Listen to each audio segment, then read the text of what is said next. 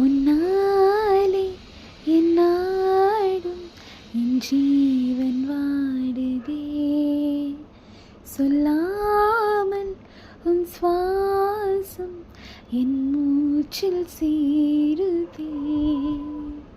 உன் கைகள் கோர்க்கும் ஓர் நொடி என் கைகள் ஊறும் நீர்த்துளி, உன் மார்பில் சாய்ந்து சாக தோணுதே. ஓ,